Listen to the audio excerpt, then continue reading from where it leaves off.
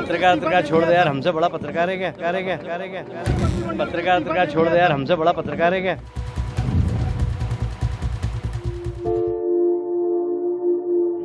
अरे रोज ही मरते भाई लोग, अरे रोज ही मरते भाई लोग।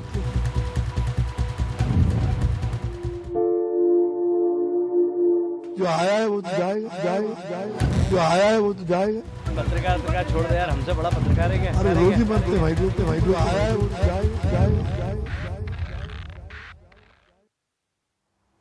नमस्कार, मैं रविश कुमार। सोमवार सुबह दैनिक भास्कर की इस खबर में ये लिखा है कि बीजेपी के राष्ट्रीय महासचिव बनने के बाद कैलाश विजयवर्गीय पहली बार भोपाल आए तो स्वागत में गाड़ियों का काफिला इतना लंबा हो गया कि 2 घंटे का जाम लग गया। इस जाम में फंसे एक एम्बुलेंस में नवजात बच्ची थी जिसे तुरंत अस्पताल ले जाना था।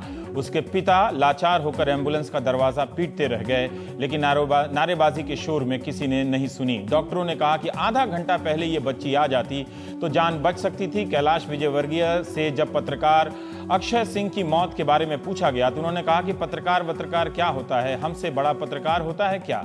जिस पार्टी के महासचिव बने हैं उनके नेता और प्रधानमंत्री नरेंद्र मोदी जी खुद को सेवक बताते हैं। सेवक की पार्टी के महासचिव खुद को सबसे बड़ा बता रहे हैं। कैलाश विजयवर्गीय का कहना है कि मीडिया ने उनके उस बयान को तोड़ मरोड़ कर पेश किया है जिसे आप कैमरे में उन्हें साफ साफ बोलते बिना तोड़े मरोड़े देख सकते हैं।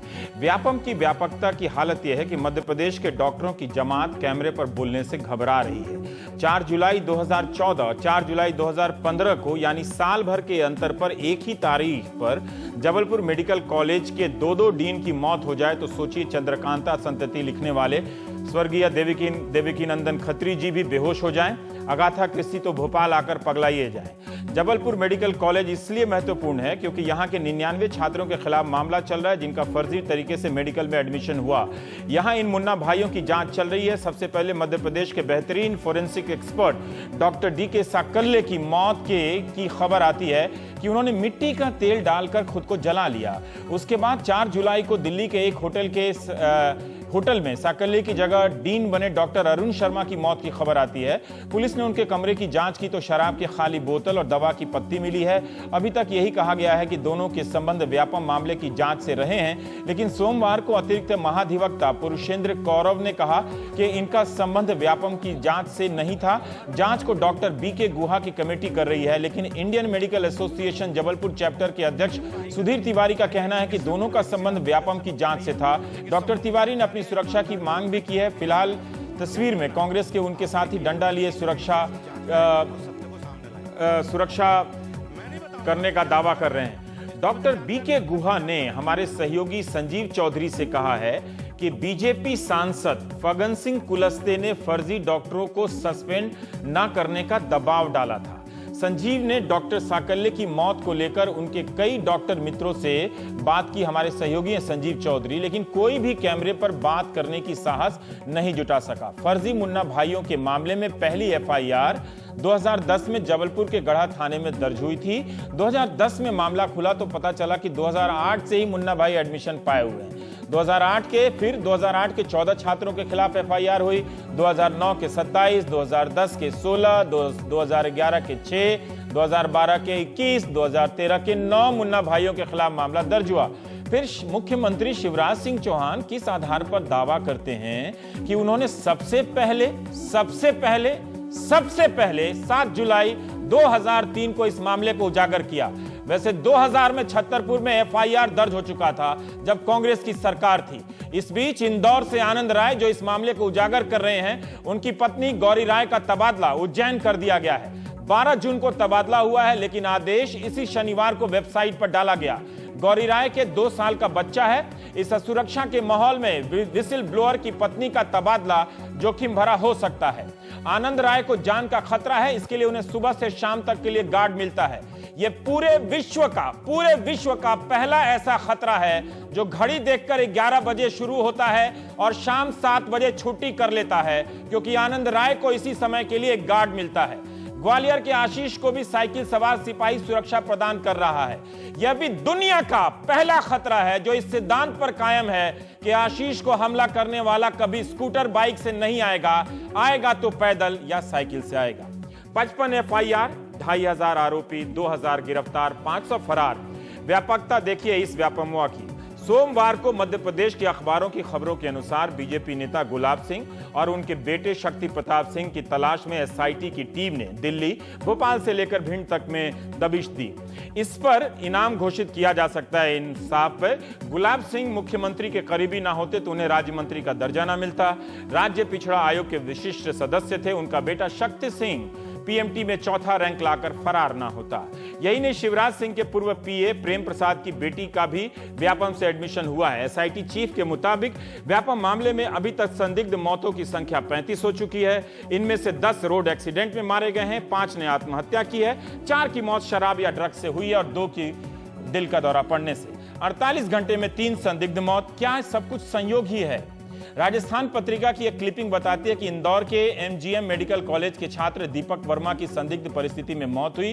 दीपक ने 2008 में इस कॉलेज में दाखिला लिया था। उनके पिता का दावा है कि वह इस घोटाले से संबंधित हर राज को जान गया था, इसलिए उसकी हत्या कर दी गई। अखबार की रिपोर्ट मध्य प्रदेश सरकार के दावे को गलत साबित करती है कि किसी ने भी मौत के खिलाफ कोई संदेह प्रकट नहीं किया या जांच की मांग नहीं की है। पिछले दिनों व्यापम से जुड़े राजेंद्र आर्य की मौत के बाद उनकी पत्नी ने आरोप लगाया है कि पुलिस उनसे पैसे मांग रही है। पिछले हफ्ते एसआईटी के chief retired justice Chandresh Bhushan ने हमारे सहयोगी सिद्धार्थ रंजन दास से कहा कि एसटीएफ से जुड़े 2 जांचकर्ताओं ने अपनी सुरक्षा को लेकर चिंता जाहिर की है। इन जांचकर्ताओं ने चीफ को बताया है कि इस घोटाले से जुड़े कुछ प्रभावशाली लोगों ने उन्हें देख लेने की धमकी दी है। एसआईटी चीफ ने इसकी जानकारी जबलपुर हाईकोर्ट को दे दी है। दोनों जांचकर्ताओं ने 15 मामलों में चार्जशीट दायर की है। महान एसआईटी के भरोसे एसटीएफ को धमकी मिलती है तो उसका भरोसा कोर्ट। लगता है धमकी देने वाले मौज कर रहे हैं। क्या मध्य प्रदेश की सरकार एसटीएफ को सुरक्षा नहीं दे पा रही है? उनके जांचकर्ताओं को यह घोटाला सिर्फ मरने वालों की संख्या के चलते खतरनाक नहीं है, बल्कि इसलिए भी है कि न जाने कितने मेहनती बच्चों के अरमानों का खून कर नेताओं, अफसरों और एजेंटों के बच्चे डॉक्टर बन गए होंगे। मध्य प्रदेश में पिछले 6 सालों में विभिन्न पदों पर 1,40,000 भर्तियां हुई हैं। आपको जांच और जेल पर इतना ही भरोसा है तो आपको छोटी सी एक प्रेरक कहानी सुनाता हूं। आजकल नैतिक शिक्षा और प्रेरक कहानियों से मुल्क में बदलाव आता है। आप श्री रंजीत डॉन हैं। आपकी योग्यता को देखते हुए रामविलास पासवान की लोक जनशक्ति पार्टी ने बिहार विधानसभा परिषद के लिए उम्मीदवार बनाया है। रामविलास पासवान मोदी मंत्रिमंडल में सहयोगी हैं और श्री रंजीत डॉन मोदी के नाम पर भी वोट मांग रहे हैं। आप मेडिकल, इंजीनियरिंग और कई परीक्षाओं में पेपर लीक कराने के आरोपी हैं, लेकिन आप देश छोड़कर भाग जाने वाले वैसे डॉन नहीं हैं। क्या हुआ जो सीबीआई का केस चल रहा है और आपने 1.5 साल की जेल सेवा भी की है। आप जैसे प्रतिभाशाली नेता को मेरी तरफ से बधाई। वैसे भी पत्रकार आलोचना करके कर ही क्या लेगा। मेहनती छात्र रंजीत डॉन से प्रेरणा लें। जांच का श्रेय तो सब ले रहे हैं, घोटाले की जिम्मेदारी किसी की नहीं। हम प्राइम टाइम में बात करेंगे। हमारे साथ देवव्रत सिंह हैं। आप प्रवक्ता कांग्रेस छत्तीसगढ़ में विधायक रहे हैं और वहां से सांसद भी। जीवीएल नरसिम्हा राव साहब प्रवक्ता हैं। आनंद राय आरटीआई कार्यकर्ता हैं। हमारे साथ 3 ही लोग हैं। आराम से बात करेंगे ताकि इसकी इतने सारे जटिल पहलू हैं कि समझ में नहीं आती है। जीवीएल साहब, मैं एक बात शुरुआत आनंद राय की पत्नी के तबादले से ही करना चाहता हूं कि जब ये इस मामले में जोखिम ले रहे हैं, बोल रहे हैं चारों तरफ और इनको खतरा है किसी भी प्रकार का, सुरक्षा भी अदालत के आदेश से आधी अधूरी मिली हुई है, ऐसे में इनकी पत्नी का तबादला 12 जून के आदेश से, वो भी शनिवार को बैकडेट में इस तरह से अपलोड करना आपके ही तमाम तरह के दावे को संदिग्ध करता है। रवीश जी, हर राज्य सरकार की जो कर्मचारी है उनकी तबादला होती है, उसके लिए कुछ नियम अनुसार है। जहां तक मेरी जानकारी है, जो राय जी की जो पत्नी की उसका उल्लंघन करते हुए कोई तबादला हुआ, ऐसा कोई जानकारी नहीं है। वो केवल अपने आप को एक विजिल ब्लोअर कहते हैं, इसलिए उनके पत्नी की ट्रांसफर नहीं होना चाहिए, ऐसा कोई अलग नियम नहीं बनाया जा सकता है। और ये विजिल ब्लोअर के साथ साथ भी दिग्विजय सिंह जी के साथ याचिकाकर्ता भी है कोर्ट में, तो भी ये बात अगर ये जानकारी देना जरूरी है। नहीं वो तो भी है, दिग्विजय सिंह के हैं, कांग्रेस के हैं, तो आपके राज्य के नागरिक हैं। अगर इनकी सुरक्षा किसी भी तरीके से संदिग्ध है तो उसकी जिम्मेदारी भी आपकी बनती है। भले ही उनकी पत्नी कोई सामान्य नहीं हो सकती, इस केस में जब तरह तरह के सवाल आपकी सरकार पर उठ रहे हैं तो आपकी सरकार का यह दायित्व बनता था कि उनकी सुरक्षा का ध्यान आपको रखा जाता। कल को उनकी पत्नी और बच्चे को कुछ हो गया तो आप जिम्मेदारी लेंगे? क्या आप इस आधार पर उसे सही ठहराएंगे कि ये दिग्विजय सिंह के साथ मिले हुए हैं और उनके साथ याचिका करता है? रवि जी, ये जो पूरा व्यापम की मामला है, ये हाईकोर्ट के जबलपुर हाईकोर्ट के द्वारा इसकी पूरी जांच हो रही है। राज्य सरकार का इस इन्वेस्टिगेशन में कहीं भी दखल नहीं है। ये जबलपुर हाईकोर्ट का आदेश है कि न कोई जानकारी सरकार को दिया जाएगा एसटीएफ के द्वारा जो जांच हो रही है, ना ही कोई हस्तक्षेप राज्य सरकार व्यापम के मामले में कर सकती है। ये बिल्कुल ये जानकारी देना जरूरी है। व्यापम की जांच से संबंधित नहीं है। आप एक बात को समझिए, इनकी जान को खतरा है, अदालत ने ही इनको सुरक्षा के आदेश दिए हैं ना। ये बात अगर सत्य है तो इनकी पत्नी का ऐसे में आप किसी और सामान्य दिनों में जांच हो जाता, सारी बातें हो जाती, जांच होने के बाद आप तबादला करते तो बात सही थी। ऐसे दिनों में जब आप पर सवाल उठ रहे हैं तो क्यों ना माना जाए कि आप आवाज उठाने वाले को दबा रहे हैं, और इस मामले में बहुत तरीके से दबाने की कोशिश हुई है। ये इस मामले को, इस तबादले को इससे क्यों ना जोड़कर पूछा जाए कि आप किसी की आवाज बंद करना चाहते हैं इसलिए उसकी पत्नी का तबादला कर रहे हैं? रवि जी, कोई व्यापम के विषय को लेकर कोई अदालत में याचिका करता है या इसके कुछ इनके पास कोई जानकारी है, उसके कारण यदि इनकी पत्नी का यदि रूल का उल्लंघन करते हुए यदि देखिए, अब इसका कोई अजीब दलील दे रहे हैं, अजीब दलील दे रहे हैं सर, अजीब दलील दे रहे हैं कि अगर कोई आदमी आपके खिलाफ लड़ रहा है तो आपको, आपकी जिम्मेदारी बनती है कि आप सुरक्षा करें, और आप ये करते हुए निष्पक्ष भी दिखें और ऐसा लगे कि आपको किसी प्रकार का खतरा नहीं है। रवि जी, मैं आपको आश्वासन देता हूं, वही रूल नहीं था तभी तो इतने सारे फर्जी डॉक्टर बन गए आपके राज्य में, मध्य प्रदेश में। जिस राज्य में रूल के लिए 2000 उड़ गई, जेल में बंद भी है, करीबी लोग फरार हैं, वहां पर एक महिला कर्मी की तबादले के लिए आप रूल का उल्लेख कर रहे हैं। नहीं रवीश जी, यदि इनकी पत्नी की या बच्चे की किसी प्रकार की उनको खतरा है, बिल्कुल ये सरकार के सामने ये विषय ला सकते हैं और सरकार का ये दायित्व बनता है और सरकार इस पर विचार भी करेगी। मैं आपको आश्वस्त करना चाहता हूं इस वाले पॉइंट पे। पहले मैं ये बात कर लेना चाहता हूं, फिर मैं आगे बढ़ूंगा। जी आनंद राय जी, पहले तो मैं ये क्लियर कर दूं कि मेरा दूर दूर तक कांग्रेस से कोई लेना देना नहीं, नंबर एक। नंबर दूसरी बात, कोई भी याचिका दिग्विजय सिंह जी के साथ मेरे द्वारा नहीं लगाई गई है। कल सुप्रीम कोर्ट में मेरे द्वारा मेंशन मांगा जाएगा। 3 अलग अलग याचिका हैं, एक आशीष चतुर्वेदी के नाम से लगाई गई है, एक प्रशांत पांडे के नाम से लगाई गई है और एक मेरे नाम से लगाई गई है, जिसमें सीबीआई जांच की मांग हमने उठाई है। और इसमें कोई भी कांग्रेस से जुड़ा वकील भी उसकी आर्ग्यूमेंट नहीं करेगा। आप चाहें तो उसका इंक्वायरी कर ले नरसिम्हा राव जी।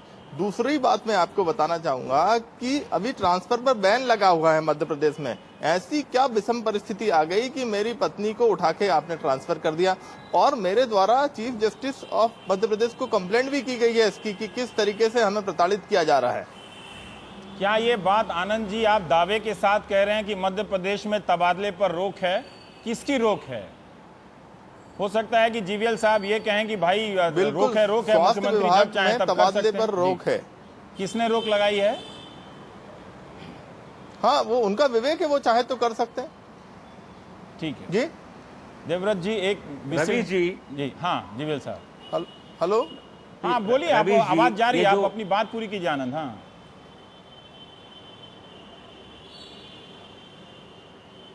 आनंद जी।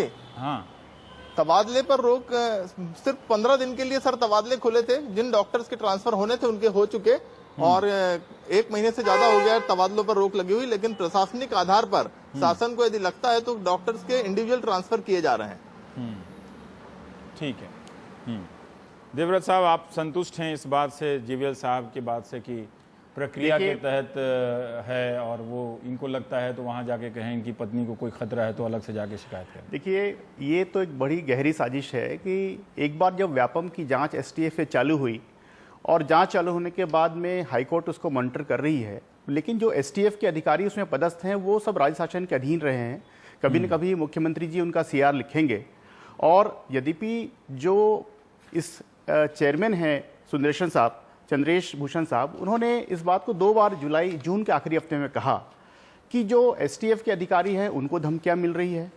उसके अलावा जो गवाह हैं, जो अक्यूज्ड हैं, इन सबको भी अलग अलग स्थानों पर धमकी मिलती रही है। आज भी जो घटनाक्रम सामने आया है जिसमें कि आज एक महिला सब इंस्पेक्टर ने खुदकुशी की, उस मामले में भी ये बातें सामने आई है। संदिग्ध है, संदिग्ध मतलब नहीं वो मैं उसका शायद रवि जी यह कहना हाँ। चाहूंगा कि जब एसटीएफ जांच कर रही है उसमें जो हमारे प्रशांत पांडे जी जो कि साइबर के एक्सपर्ट हैं, जिन्होंने एक्सेल शीट को उजागर किया था, सारी बातें सामने लाई थी, उसको तो इस सरकार ने अपने पुलिस के माध्यम से जांच करके उसको फर्जी करार कर दिया। जबकि बैंगलोर में जो ट्रूथ लैब है वो इंडिया की बड़ी प्रेस्टिजियस लैब है, वहां से वो उसको रिपोर्ट सही आई थी। और जांच कहां करवाया उन्होंने? गुजरात के एक लैब से, जिस पर कि सीबीआई पहले आरोप लगा चुकी है इशरत जहां मैटर में कि वहां पर टेम्परिंग हुई है।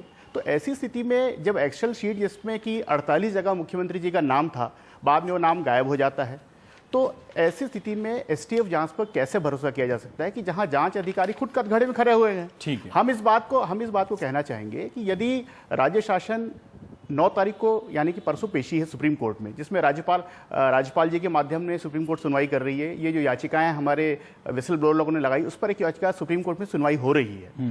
तो उस दिन अपना मध्य प्रदेश सरकार की जो महाधिवक्ता है वो खड़े होकर कह दें कि इतनी सारी मौतें हो चुकी है, 40 से ऊपर मौतें हो चुकी है, और इन मौतों को चूंकि क्रिमिनल ऑफेंस में आता है, तो जो जांच कमेटी जो संस्थापित की गई है एसटीआई की, एसटीएफ की जो जांच कमेटी है, वो उसका केवल परव्यू, अभी तक के परव्यू केवल जो करप्शन हुआ है, जो इकोनॉमिक ऑफेंस है, उसको लेकर है।